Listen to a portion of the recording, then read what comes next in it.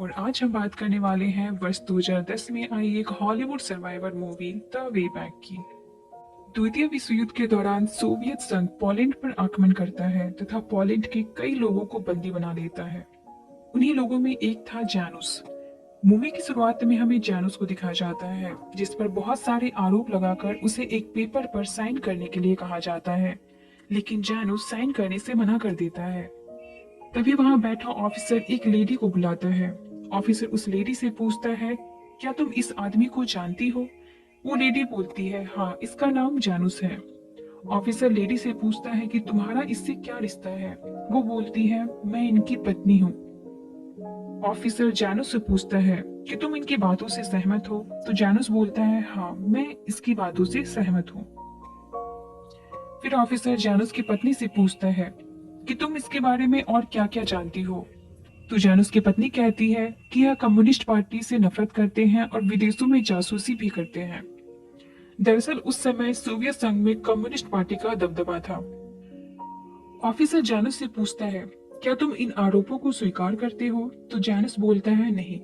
जानूस को अपनी पत्नी के बोली गई बातों का बहुत बुरा लगता है, लेकिन जानूस जानता है कि वह यह सब डर से बोल रही है और मजबूर है।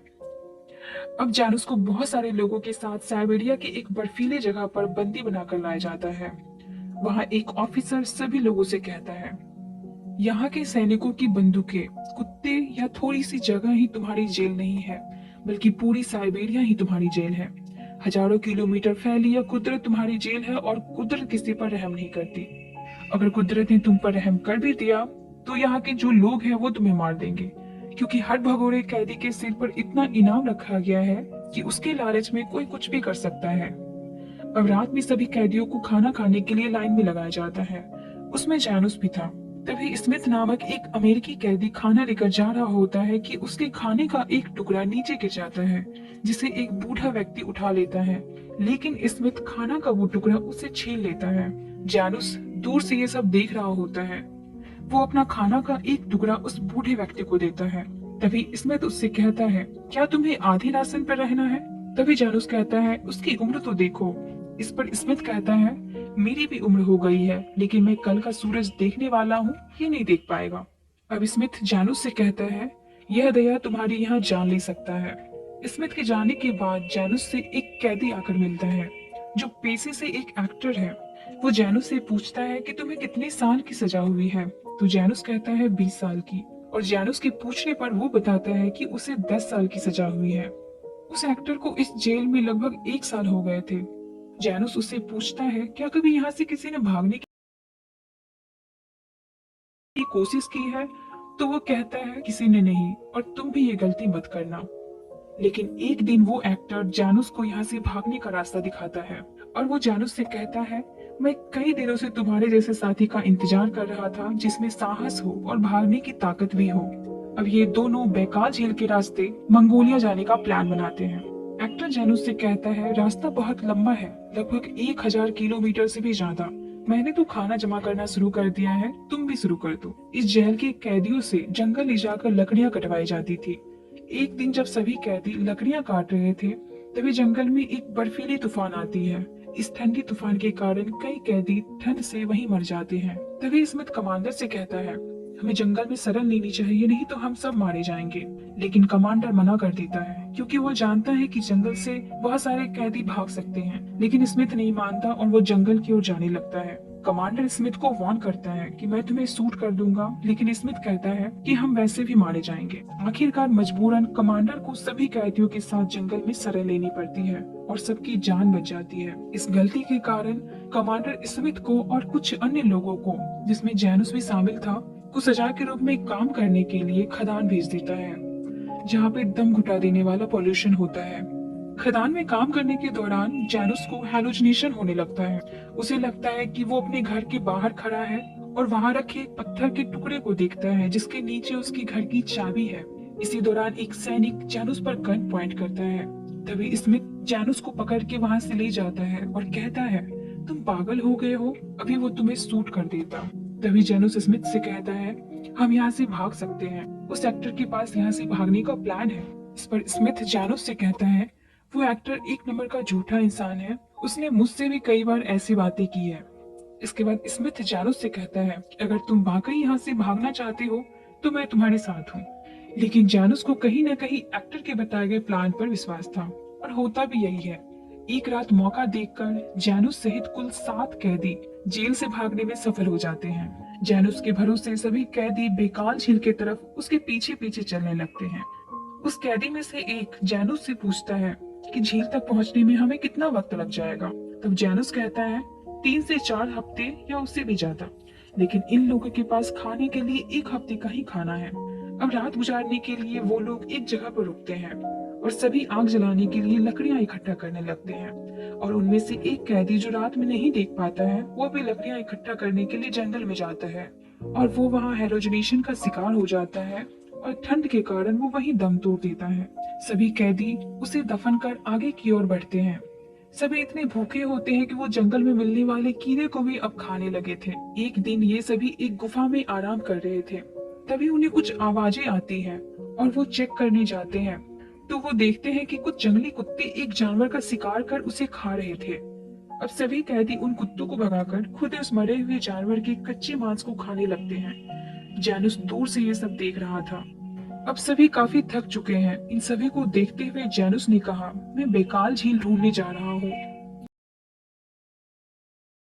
और 1 हफ्ते में वापस आ जाऊंगा, और अगर मैं वापस नहीं आया तो समझ लेना मैं नहीं रहा। बहुत मुश्किल के बाद आखिरकार जानूस ने बेकाल झील ढूंढ लिया और वापस आकर अपने दोस्तों को बताता है। फिर सभी बेकाल झील तक पहुंचते हैं। जब ये सभी बेकाल झील से आगे का सफर आरंभ करते हैं तो उनमें से एक आदमी कहता है कि कोई हमारा पीछा कर रहा है। जब वो वहां जाकर देखते हैं तो वो एक लड़की होती है। जानूस जब उससे पूछता है तो वो बताती है कि वो पोलैंड से है और कई दिनों से उनका पीछा कर रही है और वह भी जेल से भागी हुई है। जानूस उसे अपने साथ लेना चाहता है लेकिन बाकी सभी मना कर देते हैं। लेकिन बाद में उसे भी ग्रुप में शामिल कर लिया जाता है। आगे चलने पर उसे दलदल में फंसा हुआ एक जंगली जानवर मिलता है जिसका वो शिकार करते हैं और रात में उसे पकाकर खाते हैं। अब लड़की अपने बारे में बताती है कि उनके माता पिता को जासूस समझकर गिरफ्तार कर लिया गया। इसी दौरान उसका 10 साल का भाई मारा गया और बाद में उसे गिरफ्तार कर लिया गया जहां से वो भागकर आई है। अब ये सभी साथ है और ये सभी आगे का सफर शुरू करते हैं। इन सभी कैदियों में एक अपने एक अलग सफर के लिए निकल पड़ता है। बाकी बचे कैदी मंगोलिया के बॉर्डर तक तो पहुंच जाते हैं, लेकिन वहां देखते हैं कि वहां भी कम्युनिस्ट पार्टी का कब्जा हो चुका है जिनसे वो भाग रहे थे। इनके बाद ये सब आगे बढ़ते हैं और फैसला करते हैं कि वो तिब्बत होते हुए इंडिया जाएंगे। अब इन सभी का लक्ष्य इंडिया जाना है और इसके लिए ये सभी आगे बढ़ते हैं। आगे का सफर बहुत लंबा होता है। भूख और प्यास के कारण इन सभी की हालत खराब हो चुकी है। तभी इन्हें एक पानी का कुआं दिखता है और सभी वहां जाकर पानी पीते हैं। इन सभी लोगों में से कुछ का कहना था कि हम कुछ दिन के लिए यहाँ रुक जाते हैं, लेकिन जैनुस ने कहा कि हम अगर यहाँ रुकेंगे तो हम आगे नहीं बढ़ पाएंगे, इसलिए हमें बिना रुके चलना चाहिए। लेकिन अब इनके सामने एक लंबा रेगिस्तान है। इन्हें रेगिस्तानी तूफानों का सामना भी करना पड़ता है। बड़ी ही मुश्किलों के साथ ये सभी आगे बढ़ रहे थे, लेकिन इनके साथ जो लड़की थी वो बीच सफर में ही इनका साथ छोड़ देती है। ये सभी उसे उसी रेत में दफनाकर आगे बढ़ते हैं। अब आगे बढ़ने पर उस लड़की के बाद इनका एक और साथी इनका साथ छोड़ देता है। इसके बाद ये सिर्फ 4 बचते हैं जो बहुत ही ज्यादा मुश्किल भरे और संघर्षशील रास्ते को तय करते हुए तिब्बत तक पहुंच जाते हैं। और ये सभी यहाँ पहुंचकर बहुत खुश हैं, जहाँ कुछ तिब्बती लोग इनके लिए खाने और ठहरने की व्यवस्था करवाते हैं। जैनस के पूछने पर एक तिब्बती आदमी कहता है, इंडिया जाने का रास्ता सिक्किम से है, जहाँ से बहुत सारे लोग इंडिया जाते हैं, लेकिन तुम अभी वहां नहीं जा सकते क्योंकि अगर तूफान आया तो वहां चलना मुश्किल होगा। इसलिए इंतजार करो मौसम के बदलने का। ये परिवार यहाँ तुम्हारा ख्याल रखेगा। बाकी 3 लोग तो यहाँ रुकना चाहते थे, लेकिन जैनुस यहाँ रुकना नहीं चाहता था। वो कहता है कि अगर हम यहाँ रुके तो हम थक जाएंगे और आगे नहीं जा पाएंगे। अब स्मिथ कहता है कि मैं यहाँ से चाइना जाऊंगा क्योंकि वहाँ पर यूएस मिलिट्री का ऑपरेशन चल रहा है, जिसके द्वारा मैं यूएस पहुँच जाऊंगा। अब यानुस और उसके 2 दोस्त इंडिया के लिए निकल जाते हैं और स्मिथ वहीं रुक जाता है। फिर एक लंबे सफर के बाद जैनुस अपने दोनों दोस्तों के साथ सिक्किम होते हुए इंडिया पहुंच जाता है। यह तीनों इंडिया पहुंचकर बहुत खुश होता है, लेकिन जैनुस का सफर अभी भी काफी लंबा है। अब लगभग 50 साल के संघर्ष के बाद जब पोलैंड आजाद होता है तब जैनुस अपने घर पहुंचता है और अब हमें वही सीन दिखाया जाता है जो सीन हैलुसिनेशन के दौरान जानुस को दिखाई देते थे। अब जानुस बूढ़ा हो चुका है और उसकी पत्नी भी। उसकी पत्नी अब तक जानुस का इंतजार कर रही थी। अब दोनों मिलते हैं और गले लगकर रोने लगते हैं। इसी के साथ इस मूवी का द एंड होता है।